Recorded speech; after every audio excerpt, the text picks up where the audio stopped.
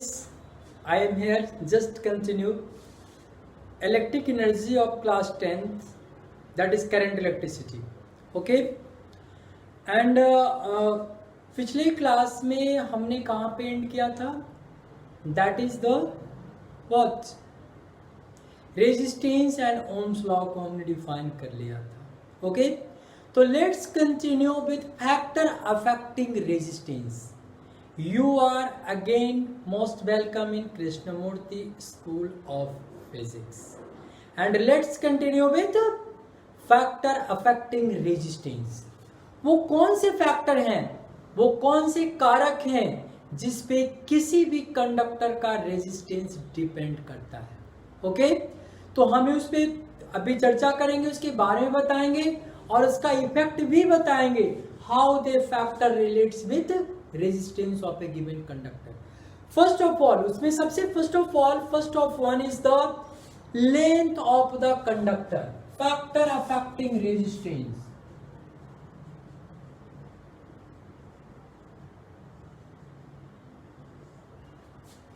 Affecting resistance, उसमें से जो सबसे फर्स्ट फैक्टर है that is the length of the conductor.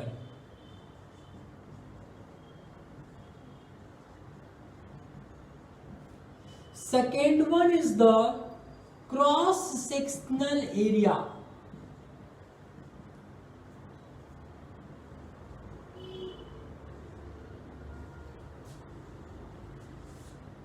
Of the conductor. तीसरा फैक्टर है temperature. And fourth one is the nature of the material.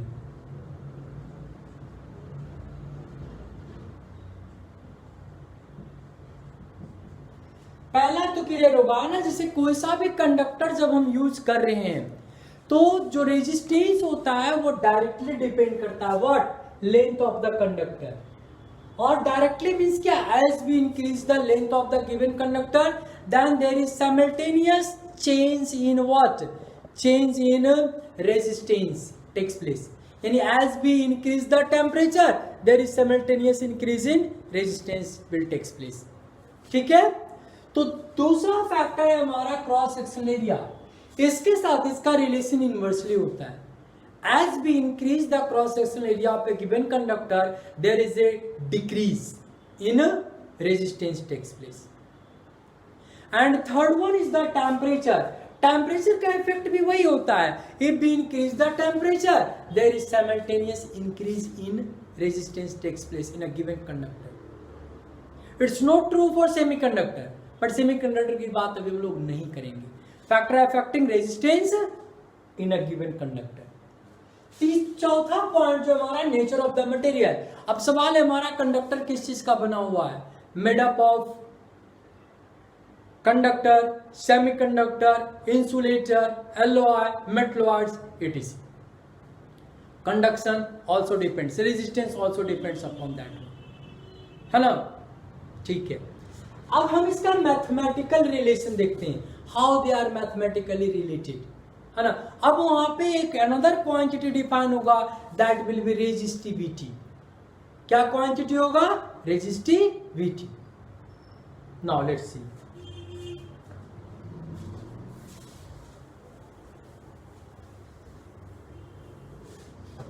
जैसे भी हमने बताया कि this one resistance is directly proportional to length and inversely proportional to cross sectional area, then R proportional to L upon A, and R becomes equal to rho L upon A, where rho is the constant of proportionality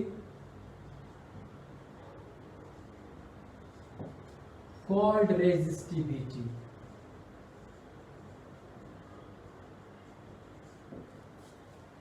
इसको हम लोग रो कहते हैं. रो, R HO, रो पढ़ा जाता है इसे, रो, ठीक है, रो रो। तो R equal to rho L upon a, rho L upon a, ठीक है। तो अब यहां से देखो, यहीं से एक रिलेशन मिलता है हमें, तो रो इक्वल टू क्या हो जाएगा, R A अपॉन L, ठीक है। अब हम R A को हम लोग लिख सकते हैं what, L into L upon L, and that is rho equal to R into L। Thus resistivity को हम और क्या कर सकते हैं, resistance into length, that is resistivity equal to resistance into length. अब तुम लोग सोच के बताओ, रेजिस्टिविटी की एसआई यूनिट क्या हो जाएगी, what will be SI unit of resistivity. तुम्हें पता है रेजिस्टेंस का क्या होता है, ओम, और लेंथ का metre, then SI unit of resistivity becomes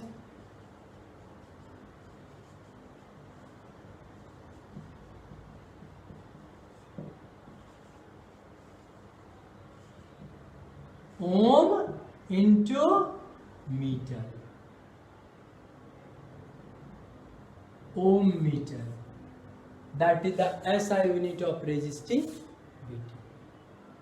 अब हम जहां जरूरत पड़ेगी इस फॉर्मूले का भी यूज कर सकते हैं, चाहे रेजिस्टिविटी निकालना हो, चाहे रेजिस्टेंस निकालना हो, चाहे क्रॉस सेक्शनल एरिया निकालना हो, we can just use this formula. तो अब अल्टीमेट रेजिस्टिविटी को क्या डिफाइन करेंगे बताओ, मैथमेटिकली हमने लिख दिया, ओम इनटू मीटर भी लिख दिया, एक डिफिनेशन इसका और है, वो देखो यहां से निकल के आएगा, if A equal to 1 and L equal to 1, what will be rho?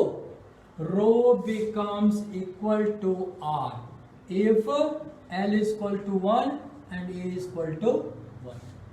तो बताओ क्या डिफाइन करेंगे रेजिस्टिविटी को, then resistivity can also define as resistivity of a given material is nothing but resistance offered by 1 meter conductor of cross section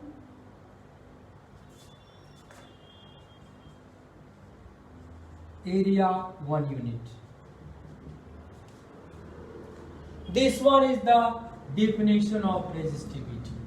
ये resistivity का exact, जैसे हम कहें ना, if नाइक्रोम या कोई भी मटेरियल ले लो, if silver having resistivity 6.2 into 10 to the power minus 10 ohm, then what does it mean? Ohm metre. then इसका मीनिंग हो जाता है कि 1 metre silver wire of cross section area 1 unit will offer resistance 6.2 into 10 to the power minus 8 ohm. Okay, that is the definition. That's all about resistivity. तो अभी हमने देखा factor affecting resistance and resistivity. तो अब इस पे एक question लिख करते हैं, करो एक question,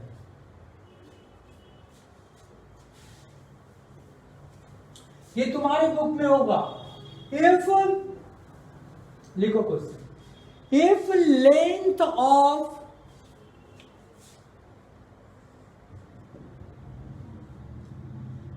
if a conductor of length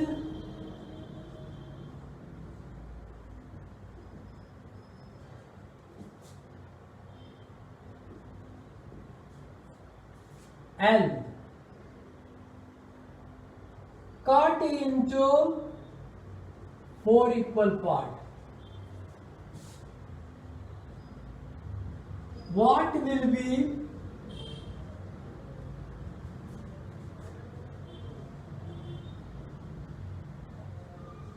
resistance of one part.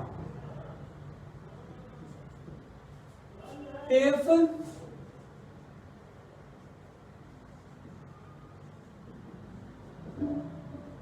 initial resistance was 100 ओम, कितना हो जाएगा बताओ डायरेक्ट? लेंथ 4 इक्वल पार्ट में कट गया यानी 1/4 हो गया, तो डायरेक्टली प्रोपोर्शनल है, तो रेजिस्टेंस भी क्या हो जाएगा? Also becomes 1/4. Then R dash becomes R upon 4, that is 100 upon 4, 25 ohm. R directly proportional है.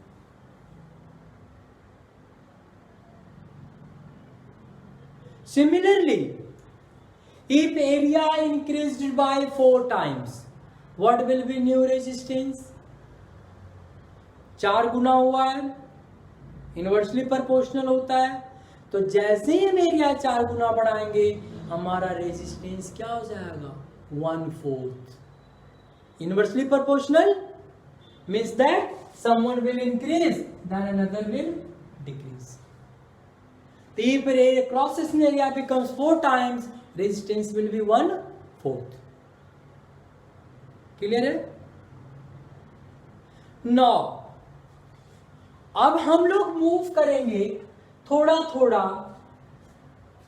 कहां? कॉम्बिनेशन ऑफ रेजिस्टेंस की तरफ. क्या होगा अगला topic? Combination of resistance. Yes,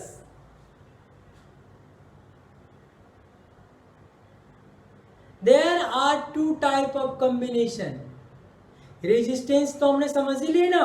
अब होता है क्या कि किसी किसी सर्किट में different 1, 2 and more resistors are connected in single circuit. Then what will be effective resistance offered by them? That will be depend upon type of combination, how they are combined. There are 2 type of combination, series combination and parallel combination. Combination कितने तरह के होते हैं?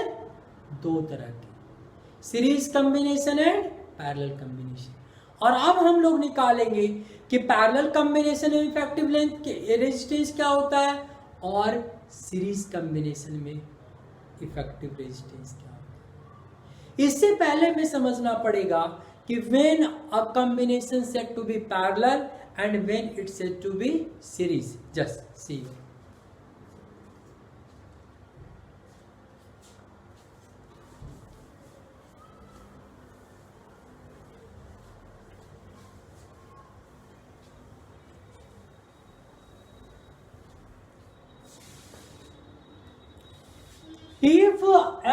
if resistance, if 2 or more resistors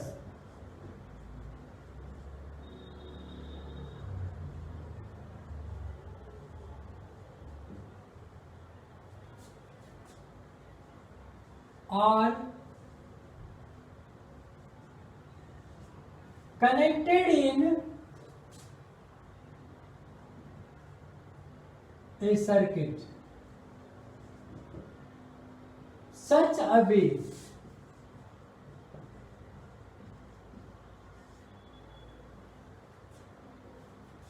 one another back to back,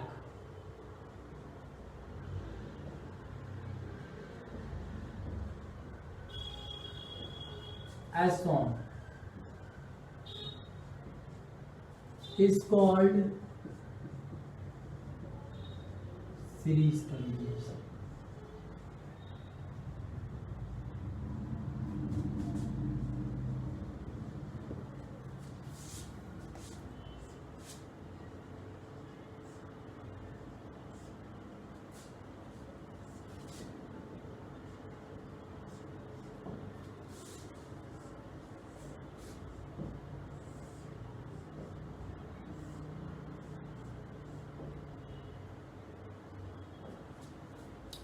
ये देखो है, अब यहां पे सारे रेजिस्टेंस एक दूसरे से बैक टू बैक जुड़े हुए हैं, बैक टू बैक, और इसी तरह के कॉम्बिनेशन को हम लोग क्या कर देते हैं? series combination. This type of combination is called series combination. ठीक है. And what will be effective resistance in this case? Just let's calculate. इसको कैलकुलेट करने से पहले एक चीज तुम लोग हमेशा याद रखोगे कि in series combination distribution of EMF takes place, यानी potential difference get distributed. Each and every resistance के लिए पोटेंशियल डिफरेंस क्या हो जाएगा? Different and current remains same. यानी अगर ये सेल आई करंट प्रोवाइड करता है तो सबके लिए करंट क्या रहेगा? आई रहेगा. बट इनके लिए पोटेंशियल डिफरेंस क्या हो जाएंगे? चेंज कर जाएंगे. V3 VN. But total potential difference remains same, that is V. So in the given circuit, V becomes equal to V1 plus V2 plus V3 plus VN. V equivalent. और V equivalent क्या show करेगा? V is equal to IR. हमने Ohm's law में पढ़ा है. तो V IR equivalent becomes equal to IR1, IR2, IR3, IRN. हमने generalise and resistance consider कर लिया. ठीक है, कोई दिक्कत तो नहीं? ठीक है. तो आप देखो यहाँ पे I, ये हमने R इक्विवेलेंट लिखा है ना? इक्विवेलेंट मैंने effective resistance. R equivalent is equal to I common ले लेंगे. R1 plus R2 plus R3 plus RN. I से I कैंसिल आउट हो गया. R इक्विवेलेंट हमारा आ गया R1 plus R2 plus R3 plus RN. क्या रिजल्ट मिलता है इससे? कि means in series combination equivalent resistance becomes equal to sum of all resistance are connected in series. ठीक है, यही है ना? देखो ये सारे के सारे सीरीज में कनेक्टेड थे और लास्ट में हमारा equivalent resistance R1 plus R2 plus R3 plus कितना भी R4 R5 R6 RN, सबका एडिशन हो गया इक्विवेलेंट रेजिस्टेंस. और हमने पहचाने के लिए लिख दिया बैक टू बैक कनेक्शन. देखो आप